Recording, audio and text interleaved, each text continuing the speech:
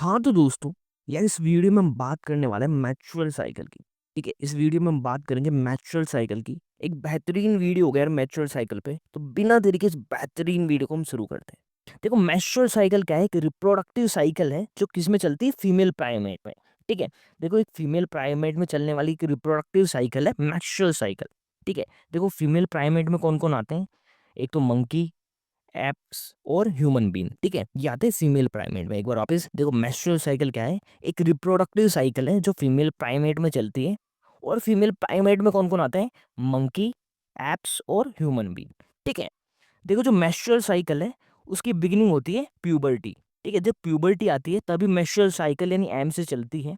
ठीक है, देखो और प्यूबर्टी में जब फर्स्ट टाइम, ठीक है, प्यूबर्टी में जब फर्स्ट टाइम नेचुरल साइकिल आएगी, इसे हम बोलते हैं मीनार के। ठीक है, एक बार वापस देखो, मीनार के क्या होता है? देखो मेचुरल साइकिल है जो प्यूबर्टी पे स्टार्ट होती है। फीमेल में प्यूबर्टी जब आएगी तभी मेचुरल साइकिल स्टार्ट होगी। और फर्स्ट टाइम जब मेचुरल साइकिल आएगी, है ना, प्यूबर्टी पे, इसे हम बोल देंगे मीनार के। इसे हम बोल देंगे मीनार के। और देखो यार, जो मेचुरल साइकिल है वो ह्यूमन बीइंग में 50 साल, लगभग 50 साल तक की एज में ही चलती है। फिर क्या होता है? मेचुरल साइकिल जो है वो क्या हो जाती है? सीज हो जाती है। ठीक है, एक बार वापस देखो, जो ह्यूमन बीइंग है उसमें जो मेचुरल साइकिल है ना, मेचुरल साइकिल है लगभग 50 साल तक की चलती है, लगभग लगभग। ठीक है, उसके बाद क्या है? जो एमसी है यानी मेचुरल साइकिल है वो सीज हो जाती है, यानी रुक जाती है। इसे हम बोलते हैं मीनोपोज। पोज यानी होता ही रुकना है। ठीक है, तो ये इसे हम बोलते हैं मीनोपोज। तो यार ये जो दोनों टर्मिनोलॉजी है बहुत इंपॉर्टेंट है।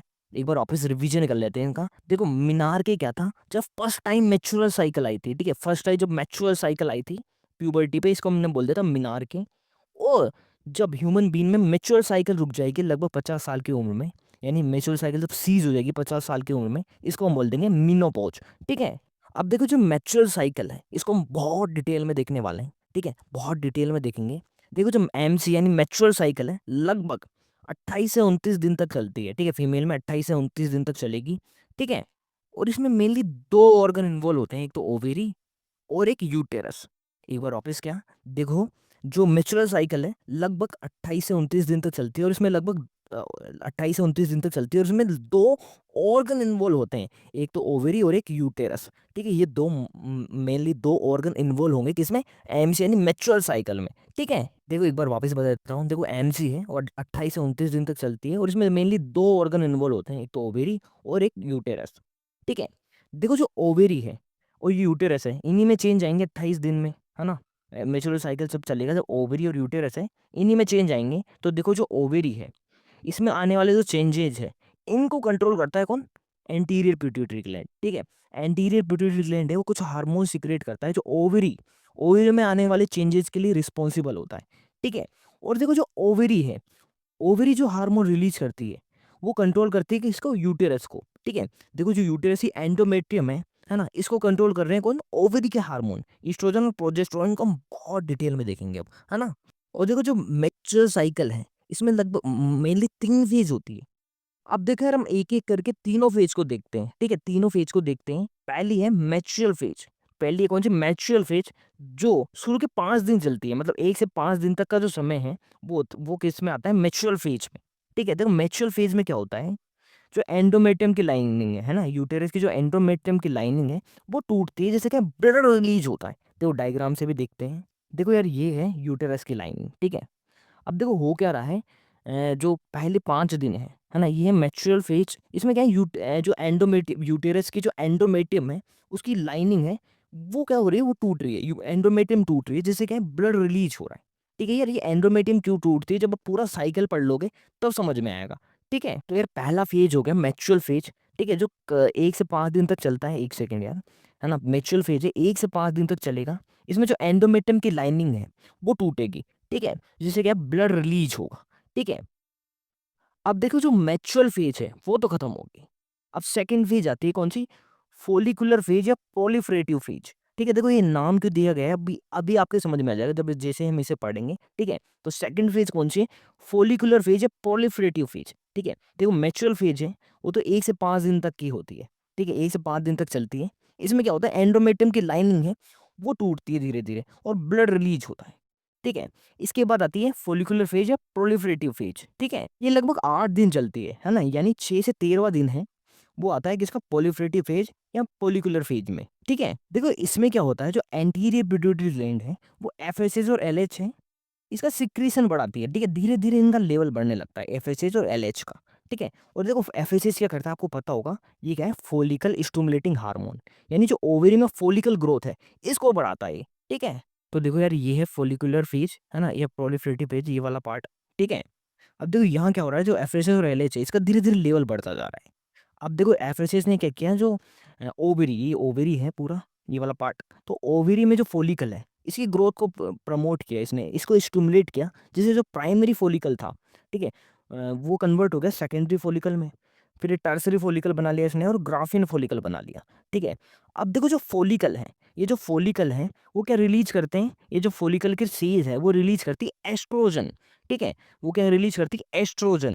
देखो जो एफएसएस था इसने फॉलिकल ग्रोथ को प्रमोट किया था, और जो फॉलिकल की सेल है, जो फॉलिकल बढ़ते जा रहे हैं, ये रिलीज करता है एस्ट्रोजन, और एस्ट्रोजन क्या करता है, जो एंडोमेट्रियम है इसको वापस बनाने लगता है, इसको वापस प्रोलिफरेट करने लगता है, ठीक है। तो ये समझ में आया कि इसे प्रोलिफरेटिव फेज या फॉलिकुलर फेज क्यों कहते हैं। देखो एक तो क्या हुआ है, जो फॉलिकल की ग्रोथ थी, ओवरी में जो फॉलिकल है वो क्या हुआ, वो स्टिमुलेट हो गया, इसकी ग्रोथ स्टिमुलेट हो गई, तो प्राइमरी फॉलिकल बनाया, फिर और सेकेंडरी फॉलिकल, फिर टर्सरी, फिर ग्राफिन, ये फॉलिकल बने इस फेज में। और जो ये फॉलिकल बने, इसने क्या रिलीज किया, एस्ट्रोजन, ठीक है, ईस्ट्रोजन रिलीज किया। और जब ईस्ट्रोजन का लेवल बढ़ा तो क्या हुआ, जो एंडोमेट्रियम है वो वापस बनने लगा, ठीक है। जो एंडोमेट्रियम है वो जो टूट गया था वो वापस बनने लग जाता है, ठीक है। तो इसका प्रोलिफरेशन हो जाता है, इसलिए इसे बोलते हैं प्रोलिफरेटिव फेज, ठीक है। फिर इस तरह से खत्म हुई प्रोलिफरेटिव फेज या फोलिकुलर फेज, ठीक है। अब देखो मैंने बताया था जो एंटीरियर पिट्यूटरी ग्लैंड है वो एलएच और एफएसएच है ना, इसका क्या कर रही है, लगातार लेवल बढ़ाती जा रही है। तो देखो एलएच है, ठीक है, जो एलएच है वो जो लगभग 14वें दिन है वो क्या होता है, बिल्कुल अपने पीक पे पहुंच जाता है। तो यार यहाँ भी हम देखें तो देखो एंटीरियर पिट्यूटरी ग्लैंड है, इसे लगातार एलएच निकल रहा है और लगभग 14वें दिन अपनी पीक पे पहुंच जाता है, लगभग 14वें दिन अपनी पीक पर पहुंच जाता है। और ये क्या करता है, जो ओवरी में मेच्योर ग्राफियन फॉलिकल बना है, ठीक है, इसको क्या करता है, रप्चर कर देता है ना, इसको फाड़ देता है और इससे क्या निकल जाता है, ठीक है। देखो मेच्योर ग्राफियन फॉलिकल है, इसके अंदर होगा सेकेंडरी oocyte, ठीक है। तो इसको फाड़ देता है और सेकेंडरी oocyte है बाहर निकल जाते हैं, ठीक है। और ये होता है 14वें दिन में, यानी 14वें दिन में ओव्यूलेशन हो जाता है, ठीक है। एक बार वापस देखो जो एलिस था वो लगातार बढ़ता गया और 14वें दिन के इसके पीक पे पहुंच गया। जैसे ये पीक पे पहुंचा इसने क्या किया, ओव्यूलेशन करा दिया, यानी जो मेच्योर ग्राफियन फॉलिकल बना था, ठीक है। मेच्योर जो ग्राफियन फॉलिकल बना था, तो हमने दिखा था, देखो फॉलिकुलर फेज में क्या करा था, है ना, फॉलिकल ग्रोथ कर रहे थे, प्राइमरी से सेकेंडरी बढ़ा, टर्सरी, और फिर मैच्योर ग्राफिन फॉलिकल बन गया लास्ट में, ठीक है। तो देखो ये जो एलेज है अपने पीक पे पहुंच जाता है, तो ये मैच्योर ग्राफिन फॉलिकल है इसको क्या करता है, फाड़ देता है, ठीक है। इसको क्या करता है, रप्चर कर देता है, फाड़ देता है, जिससे जो सेकेंडरी oocyte है वो बाहर निकल आता है, यानी ओव्यूलेशन हो जाता है। तो ये जो एलेज है वो 14वें दिन क्या करा देता है, ओव्यूलेशन करा देता है, ठीक है। और यार ये जो बचा हुआ ग्राफियन फॉलिकल है, ठीक है, देखो इससे क्या सेकेंडरी oocyte तो निकल गया, और ये जो बचा हुआ ग्राफियन फॉलिकल है वो आगे जाके बनाता है क्या, कॉर्पस लूटियम, यही बनाता है क्या, कॉर्पस लूटियम, ठीक है। अब देखो यार हम तीसरी और आखिरी फेज की बात करते हैं, जिसे हम बोलते हैं luteal and secretory phase, luteal and secretory phase कहते हैं, ठीक है। देखो ओव्यूलेशन के तुरंत बाद ये स्टार्ट हो जाती है, यानी 14 दिन अगर ओव्यूलेशन हुआ तो 15 दिन इस पे 15वें दिन पे स्टार्ट हो जाएगी और लास्ट तक चलेगी 28 दिन तक, ठीक है। देखो इसे लूटियल फेज क्यों कहते हैं, देखो अभी अभी हमने देखा कि देखो 14 दिन पे क्या होता है, ओव्यूलेशन हो जाता है, एलएच है वो अपने पीक पे पहुंच जाता है, और जो मैच्योर ग्राफिन फॉलिकल है वो रप्चर हो जाता है, और इससे क्या होता है, सेकेंडरी जो oocyte है वो बाहर निकल जाता है, ठीक है। और देखो जो ग्राफिन फॉलिकल का बचा हुआ भाग है, ठीक है, जो ग्राफिन फॉलिकल का बचा हुआ भाग है वही क्या बनाता है, कॉर्पस लूटियम, कॉर्पस लूटियम बनाता है, ठीक है। तो यार देखो यार इस वाली जो फेज है इसमें क्या है, कॉर्पस लूटियम बना है, इसलिए इसे हम बोलते हैं लूटियल फेज, ठीक है। और ये ओव्यूलेशन के बाद से चालू होती है और लास्ट तक चलती है, ठीक है। देखो जो कॉर्पस लूटियम है, बहुत ध्यान से सुनना, जो कॉर्पस लूटियम है वो सिक्रिएट करता है प्रोजेस्टेरोन, ठीक है। और देखो ये जो प्रोजेस्टेरोन है, ठीक है, जो प्रोजेस्टेरोन है वो क्या करता है, जो एंडोमेट्रियम है इसको क्या करता है, ग्लैंडुलर बना देता है, ठीक है। इसे क्या है, एंडोमेट्रियम में ग्लैंड आ जाती है ना, और ये क्या होती है, सिक्रेटरी हो जाती है, इसलिए यार इस स्टेज को सिक्रेटरी फेज भी कहते हैं। देखो यार एक बार वापस देखते हैं, देखो जो हुआ क्या ल्यूटियल फेज में, देखो हमने देखा था, देखो 14 दिन पे क्या हुआ था, एलएच पीक पे पहुंच गया था और ओव्यूलेशन हो गया था और सेकेंडरी oocyte बाहर आ गया। और जो बचा हुआ ग्राफियन फॉलिकल है इसने कॉर्पस लूटियम बना दिया था। और देखो यार ये जो इसलिए इसको ल्यूटियल फेज बोल दिया क्योंकि इसमें कॉर्पस लूटियम बना है। और देखो कॉर्पस लूटियम है ये प्रोजेस्टेरोन है उसके सिक्रेशन करता है, ठीक है। तो ये देखो प्रोजेस्टेरोन बढ़ गया यहाँ। और ये जो प्रोजेस्टेरोन है इसने क्या किया, जो एंडोमेट्रियम है उसको थिकनिंग तो की इसकी, इसी के साथ साथ, ठीक है, इसका जो ग्लैंड्स है, इसका ग्लैंडुलर नेचर है इसको भी बढ़ाया, जिसका है सिक्रेटरी होगी, ठीक है। इसीलिए इसको हमने बोल दिया सिक्रेटरी फेज, ठीक है। अब देखो यार ये जो प्रोजेस्टेरोन है वो एक और काम क्या करता है कि देखो जो एंडोमेट्रियम है इसको मेंटेन रखता है, ठीक है। जो एंडोमेट्रियम है उसको प्रोजेस्टेरोन क्या करता है, मेंटेन रखता है, ताकि अगर फ्यूचर में अगर प्रेगनेंसी हो जाए, ठीक है, देखो सेकेंडरी oocyte निकला है, अगर इसका स्पर्म से क्या हुआ, कांटेक्ट हो गया, यानी फर्टिलाइजेशन हो गया, तो क्या हो आगे जाके प्रेगनेंसी होगी। तो प्रेगनेंसी के लिए क्या करता है, इसको मेंटेन रखता है ना। अब देखो प्रेगनेंसी होगी तो ठीक है, लेकिन ज़्यादातर केसों में प्रेगनेंसी होती नहीं है ना। तो यानी जो कॉर्पस लूटियम है वो क्या डिग्रेड होने लग जाता है अगर प्रेगनेंसी नहीं हुई, ठीक है। तो प्रेगनेंसी तो बहुत ही रेयर होगी, है ना, हमेशा तो प्रेगनेंसी होगी नहीं, ठीक है। तो देखो यार अगर प्रेगनेंसी नहीं होती है, ठीक है, तो ये जो कॉर्पस लूटियम है वो टूटने लग जाता है। ये धीरे देखो देखो टूटने लग गया। और ये कॉर्पस लूटियम टूटा तो प्रोजेस्टेरोन भी कम हो गया। और देखो प्रोजेस्टेरोन है इसीलिए तो यार देखो एंडोमेट्रियम को बनाए रखा था। तो ये जो एंड्रोमेट्रियम है वो लास्ट में जाते जाते क्या टूटने लग जाती है। और फिर अगर ये टूटने लग गई, है ना, और ये टूटेगी तो ब्लड भी रिलीज होगा और वापस से पहला फेज स्टार्ट हो जाता है, कौन सा, मैच्योर फेज, ठीक है। तो यार इस तरह से यार ये साइकिल चलता है पूरा 28 दिन का, ठीक है। अब देखो एक बार फटाफट से रिवीजन भी कर लेते हैं एक बार और। 14 दिन में ओव्यूलेशन हुआ, जो रप्चर ग्राफिन फॉलिकल है ना, वो क्या बन गया, कॉर्पस लूटियम में कन्वर्ट हो गया, इसलिए हमने इसे लूटियल फेज भी कह दिया था, ठीक है। अब देखो यार जो कॉर्पस लूटियम है वो सिक्रेट करता है प्रोजेस्टेरोन, इसलिए प्रोजेस्टेरोन का लेवल बढ़ता जा रहा है, ठीक है, दिख रहा होगा प्रोजेस्टेरोन का लेवल बढ़ रहा है। अब देखो उसने दो काम किया, एक तो क्या ग्लैंडुलर नेचर को बढ़ाया, यानी ये जो एंड्रोमेट्रियम है इसका ग्लैंडुलर नेचर को बढ़ाया, यानी ये सिक्रेटरी हो गया, है ना, एंड्रोमेट्रियम, इसलिए हमने इसको सिक्रेटरी फेज भी कहा।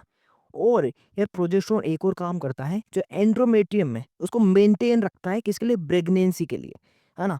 एंड्रोमेट्रियम को प्रेगनेंसी के लिए मेंटेन रखता है। देखो एंड्रोमेट्रियम है, अगर प्रेगनेंसी हुई तो यहीं इम्प्लांटेशन होगा, ठीक है, इसलिए इसको मेंटेन रखता है। लेकिन मान लो यार प्रेगनेंसी ना हुई, है ना, फर्टिलाइजेशन ही नहीं हुआ, तो देखो कॉर्पस लूटियम है अब वो टूटने लगता है, इस, है ना, वो क्या करता है अब टूटने लगता है ना, ये टूटा। और जो अब जब कॉर्पस लूटियम डिग्रेड हुआ तो जो प्रोजेस्टेरोन है उसका लेवल भी कम होने लगा। और क्या हुआ, देखो इसका इसने ही यार देखो एंड्रोमेट्रियम को मेंटेन रखा था, तो देखो एंड्रोमेट्रियम है वो भी टूटने लगी, है ना। और एंड्रोमेट्रियम टूटेगी, हाँ, तो ब्लड निकलेगा, ब्लड भी बाहर आएगा।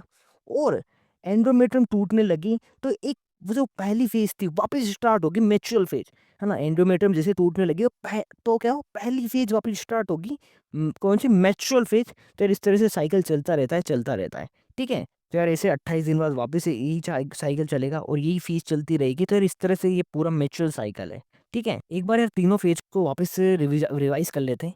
पहली थी मेच्योर फेज, इसमें क्या होता है यार, पहले 5 दिन इसी के थे, ठीक है, एंड्रोमेट्रियम टूट रहा था, ब्लड रिलीज हो रहा था, ठीक है। अगली क्या हुआ, अगली फेज थी यार फोलिकुलर फेज या प्रोलिफरेटिव फेज।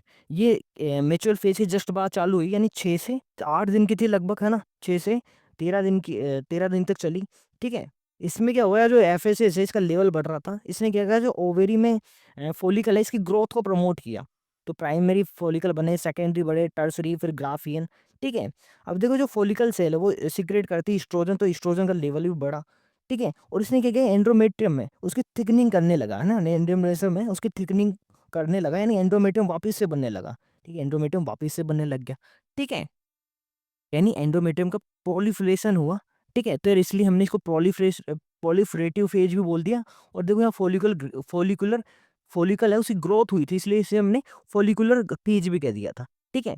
अब देखो 14 दिन में क्या होता है, एलएच है वो अपने पीक पे पहुंच जाता है और ओव्यूलेशन हो जाता है, ठीक है, ओव्यूलेशन हो जाता है ना। सेकेंडरी oocyte है बाहर निकल जाती है और रप्चर ग्राफिन फॉलिकल है वो कन्वर्ट होता है कॉर्पस लूटियम में। इस फेज को हमने बोलते हैं लूटियल फेज, ठीक है। कॉर्पस लूटियम है प्रोजेस्टेरोन सिक्रेट करता है, ठीक है, प्रोजेस्टेरोन है वो बढ़ जाता है इस वाले फेज में, ठीक है, जो मेंटेन रखता है एंड्रोमेट्रियम को और इसका ग्लैंडुलर नेचर भी बढ़ाता है, इसलिए हमने इसको सिक्रेटरी फेज भी कह दिया था, ठीक है।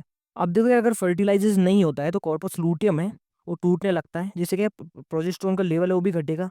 ठीक है, फिर क्या है यार, एंड्रोमेट्रियम को इसी ने मेंटेन रख रखा था, तो ये एंड्रोमेट्रियम टूटने लगे और ये साइकिल बार बार वापस चालू हो जाएगा। ठीक है। हाँ तो दोस्तों, यार इस तरह से हमारा वीडियो खत्म होता है मैचुअल साइकिल पे। वीडियो पसंद है तो प्लीज़ लाइक करें और इसी तरह के और वीडियो देखने के लिए चैनल को सब्सक्राइब करें। धन्यवाद।